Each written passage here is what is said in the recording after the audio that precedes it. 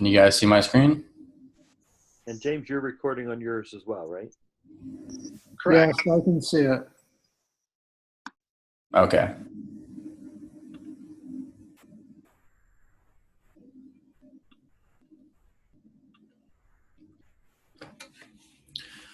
Okay, so my topic is developing an e-commerce environment to assist in angiodynamic sales process.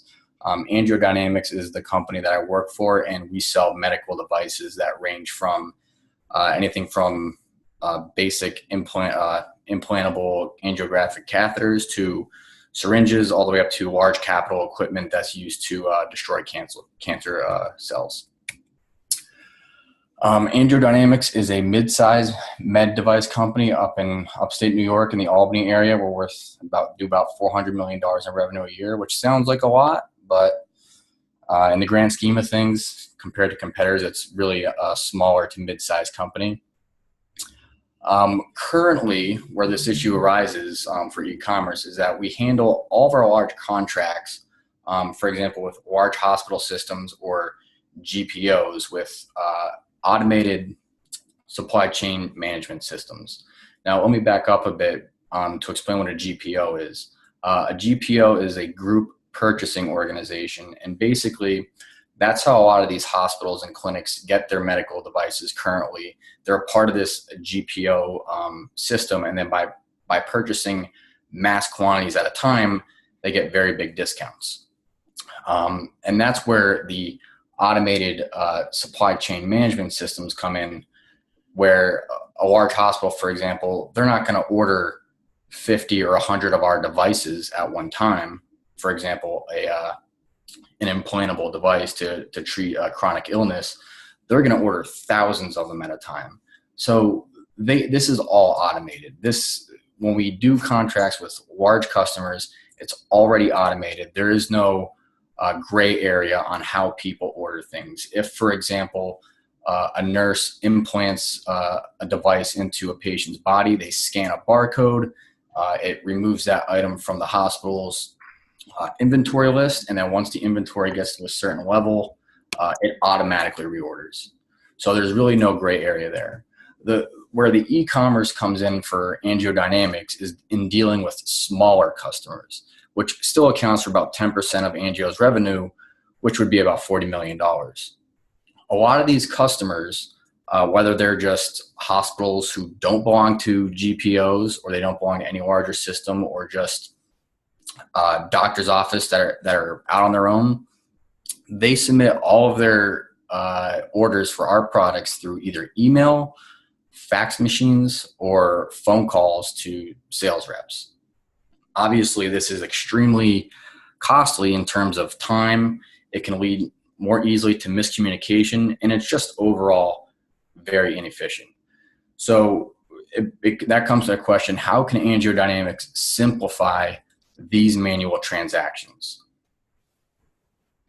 So I'm looking at examining the topic of e-commerce, specifically within med device industry, and how it's currently used and how it can be tailored to angiodynamics needs. I'm going to start off with a product overview for what devices that we sell should be included in an e-commerce site, because quite frankly, we can't sell all of our products on a website.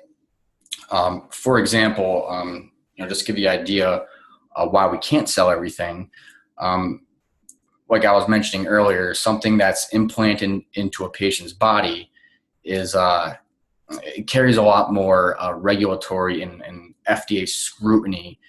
They're a lot more, I guess you would deem them, serious products, as opposed to, say, a plastic syringe or a suture retention device that helps keep sutures in place.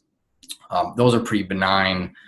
They're tried and true. They're very old technology. There's nothing fancy about them.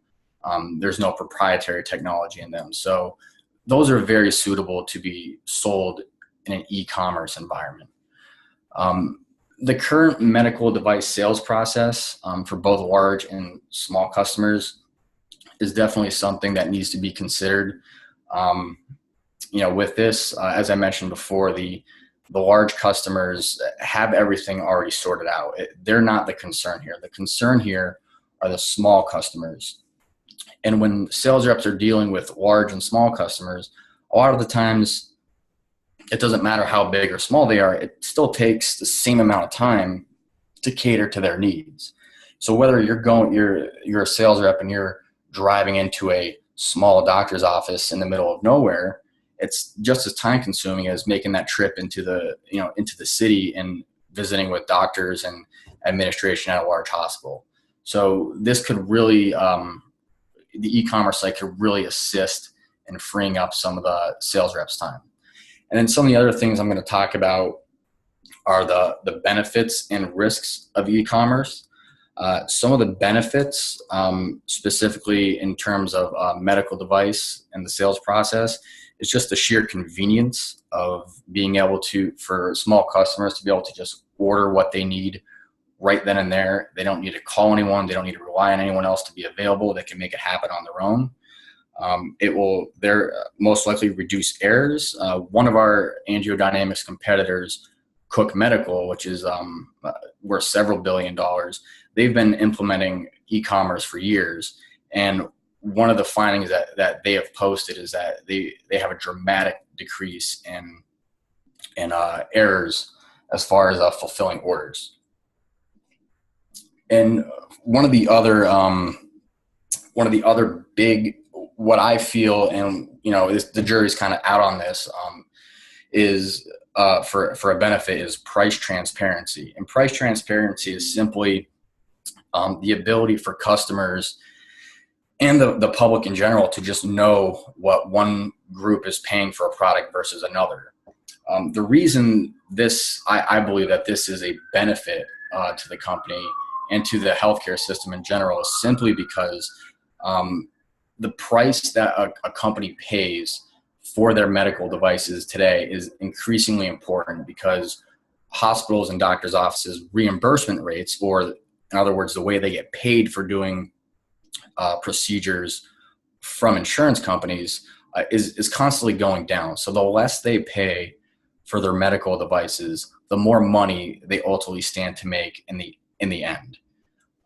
So there's constantly this aggressive negotiation process that goes on with these smaller customers and bigger customers, but often with these smaller customers. And it just takes a lot of time. It can strain relationships. It's something that's not really pleasant for either party. So price transparency, if everybody knows what everyone else is paying and there's just one set price for this product, it would make things move a lot smoother across the table.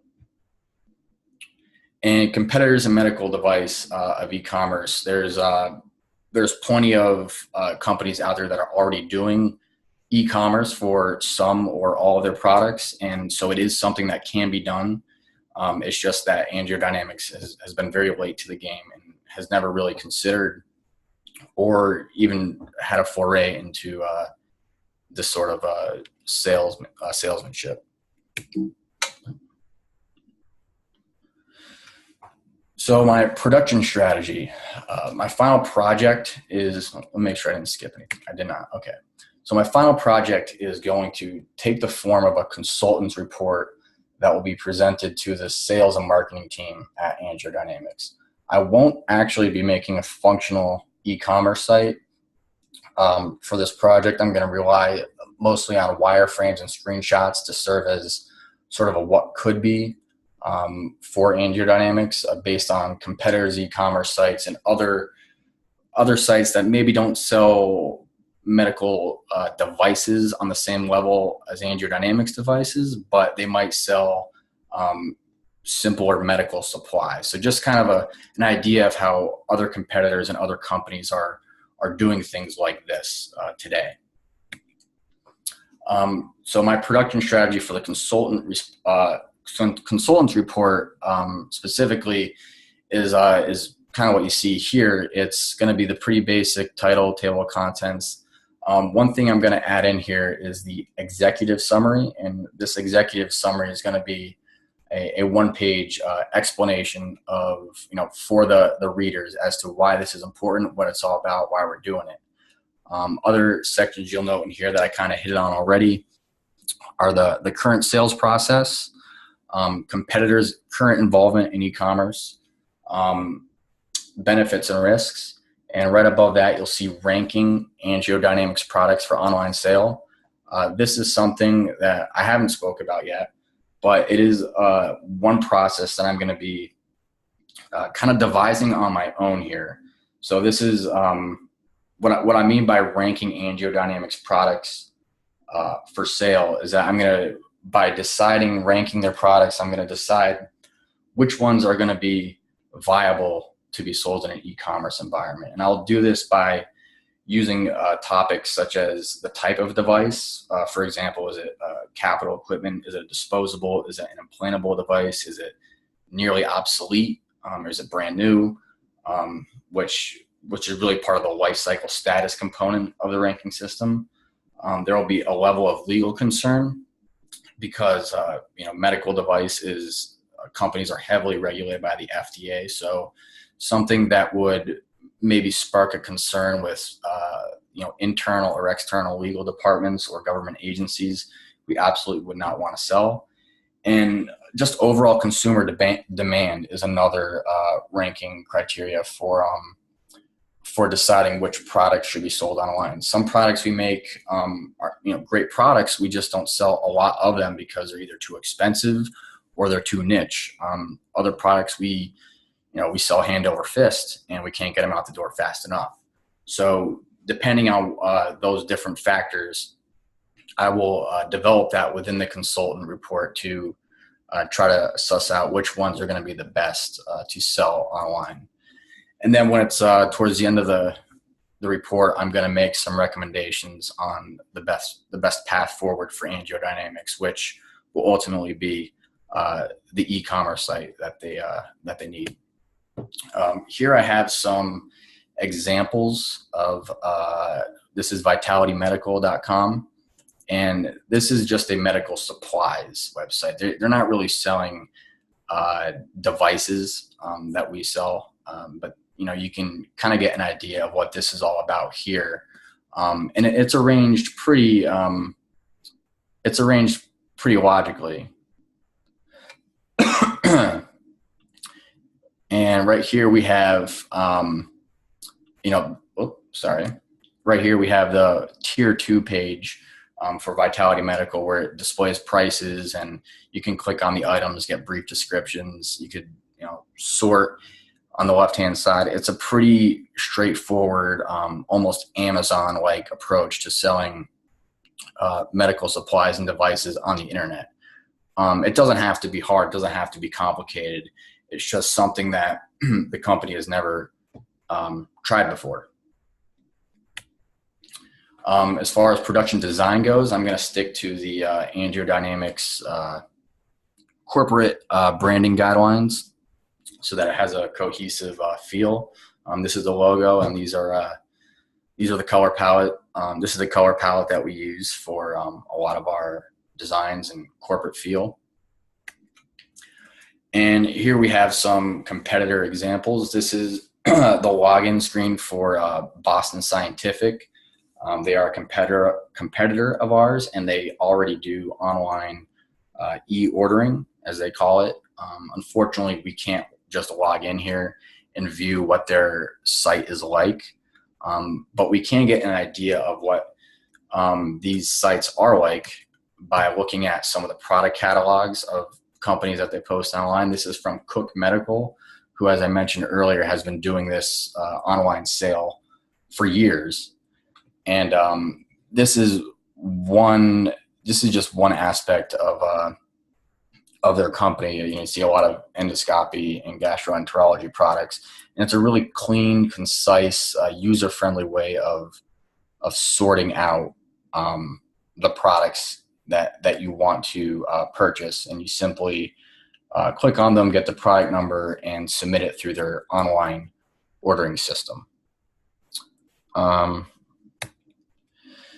And I wanted to address some production challenges that I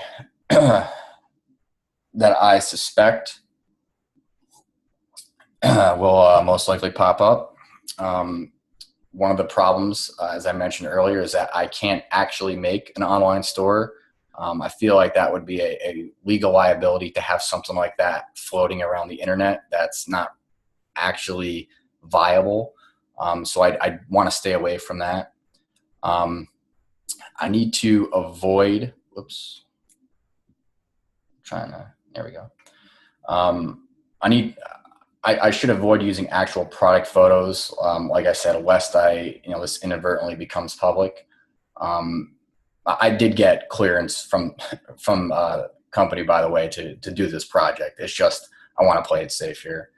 And also, one of the challenges that I can't actually access competitors' e-commerce sites. I can only go by what they post on their site and make available to the public. And what I can find through Google search. I can't actually log in and see what's for sale on their sites. You have to be a hospital administrator usually to get that level of access, of course. So that's something AngioDynamics would need to set up as well, that level of security. And the development of ranking systems. As I mentioned earlier, there's going to be a couple different criteria for ranking the products that are going to be available online. And I view this as a challenge because I think this is actually a pretty subjective part. What one person thinks is great for online sale might not be what the next person thinks. So I'm going to try to come up with, I'm going to use those 4 criteria that I mentioned earlier, but I'm also going to see if there's anything else that I might be missing or something that could be a little more quantifiable that will help me better rank the products to be sold. And that's my project.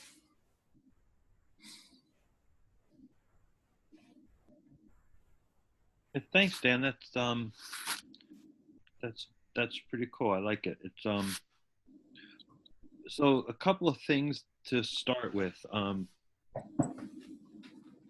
think you do have to continue to not worry about, but work on and make sure that you understand the relationship of your project, which is an academic, open source, publicly available report.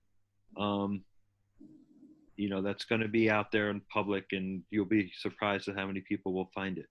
And so that can't be an issue. Okay. And so, you just have to deal with that. It's interesting to use the AngioDynamics, sort of go through the exercise of forcing yourself to follow their style guide. So that's good. You could alternatively create your own, and that would also be an exercise in information design. Okay. Either way, think about about the products that you'll be delivering.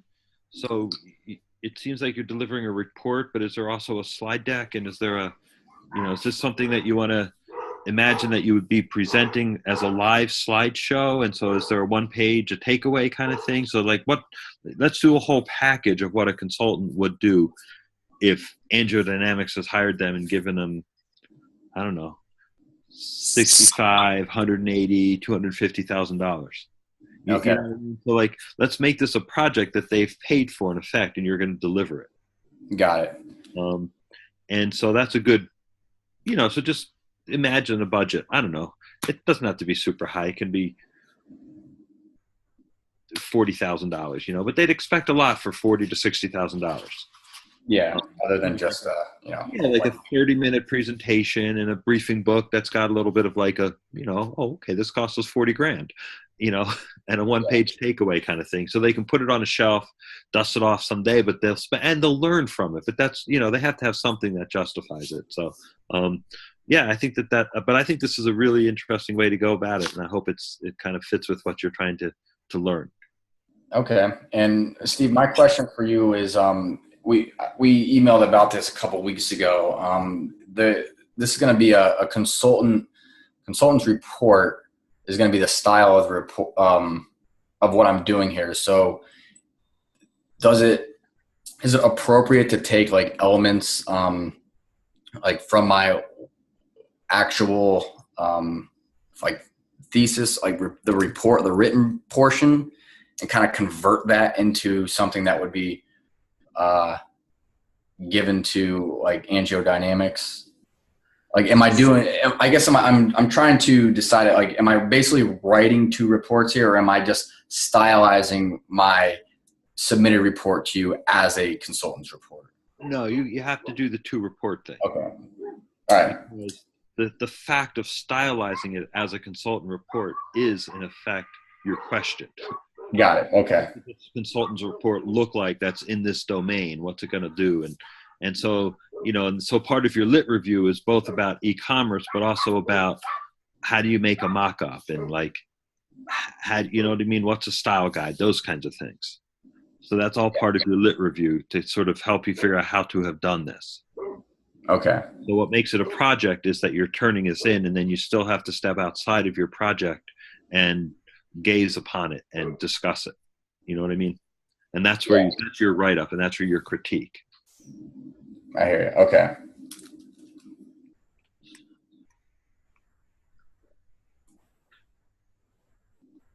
Yeah, there has to be an object.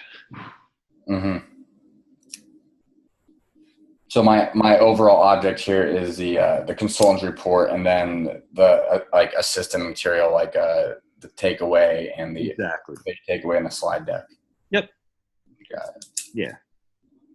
Which is kind of a cool. That's good. I kind of like that. I mean, it's like a simulation in some ways, Yeah, I mean, I received these things and have read them, but I've never actually made or prepared one myself. So exactly. Yes, now's the time. Yep.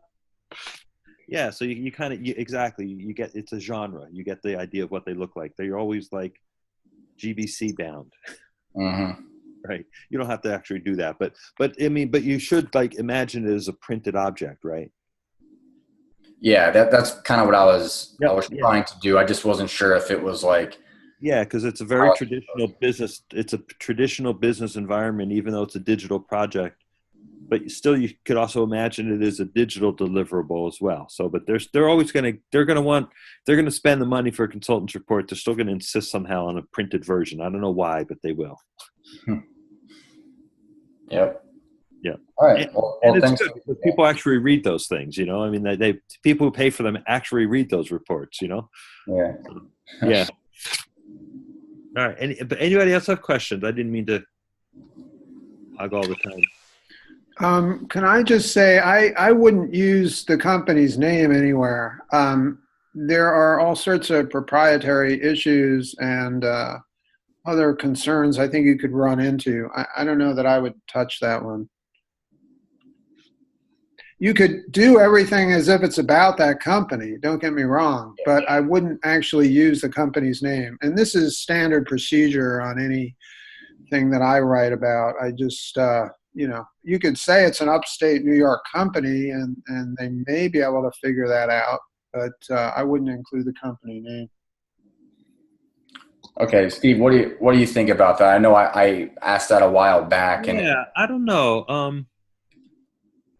I mean, I think it's a public thing. It's fine. The company's fine with it. I mean, if I just used like a made up name, like he was saying. Yeah, no, I know. Yeah, I don't know. Catherine, what do you think? Are you still there? It would also, this is Ryan, it would give you the opportunity to create your own style guide that way too, which could, versus, as Stephen mentioned, you could go outside their style guide, which the company may not, even if it is publicly accessible. If for some reason somebody would look at it and you did change the style guide, that may run afield of what they maybe be sort of thinking they're misrepresenting what their already established corporate image might be. It would be one way that you could, if you did, make create your own pseudonym, you could then feel free, obviously, then to change the style guide, which could work in your favor from a thesis perspective. From a very practical standpoint too, you could be giving competitors an insight as to something you might be applying later on. Yeah, that's a good point. I didn't really think about it from that perspective. I mean, ultimately, I think my project is not going to be harder or more difficult or easier no matter which one I choose. And I think given your points, using like a pseudonym would probably, if anything, be a little bit safer. So maybe I will just just switch that around and just use a different style guide, like Ryan said. And Yeah, and you know, too, I had one thought, which is sometimes you can just show it to them before you're, when you're almost finished, and ask what they would prefer. So they, right now they won't be able to tell you what they prefer, but if you, give them a sense of what the final thing will look like and say, we can use the real names or we can use a fake one. What do you guys want? I don't know. That's how I might go about it. Okay. Yeah, I've been trying to stay away from any sort of like, numbers or anything that might be, private information. The only thing I really talk about is revenue, and that's readily available public information. So I don't think there's anything in here that would upset anyone, but kind of like you were saying, it might just be a better idea just to play it safe and not even worry about it. Well, there is competitive intelligence aspect because you're an employee, Right. and you can't help but know certain things about how certain things work based on your employment there. So, it's always a little sensitive working with intellectual property. That's, even though it's not something you can quite put your finger on it, but business processes, it's knowledge that you have. God, did you sign a non-disclosure when you took an employment contract? True, I don't remember. Yeah, and so, but you've asked your boss, you might want to get I think Catherine's advice is correct. The problem with that, the risk of that is they might say, oh my God, you can't do this. We didn't say you could do this. And then you're really in trouble. Yeah. Yeah. So,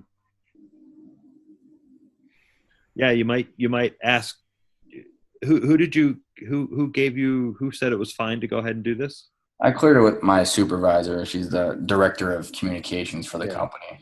So you might ask her again to ask her that question now, which would you prefer, that I sort of anonymize the company and develop a generic style that doesn't look like at all the company, or that I kind of go, not admit, but whatever, do it the way that you would propose to, as though you were doing an inside kind of consultant's report. Okay. But make sure that she understands it's a publicly available thing on the SUNY Poly website forever and ever. Yeah. Okay. We'll do. Yeah, you might also write sort of a memo to her after or an email saying, this is what we discussed. Let me know if I've got it right. Mm-hmm. And Jane in the chat echoes a sentiment that I was going to say, is that obviously director of communications is, a pretty solidly within the bailiwick of what we're talking about. But legal might have some, they're always a little bit more cautious about this kind of thing. So and they're also famous for diving in at the last possible minute, and shutting it down. Exactly. Yeah. I am aware. and dicing over one word, like where, so that is something that, even beyond the level of your supervisor, it may be, a wise decision to at least make them aware of it, and especially the publicly, like Steve's saying, the publicly available part of it. Okay. Yeah. I'll talk to some people and get some more recommendations in coming weeks. Yep. Okay. No, I think it's good though. And so it's you've got a nice structure going. So. Okay, great. All right. Thanks a lot, Dan. Thanks a lot, everybody. All right. Thank you.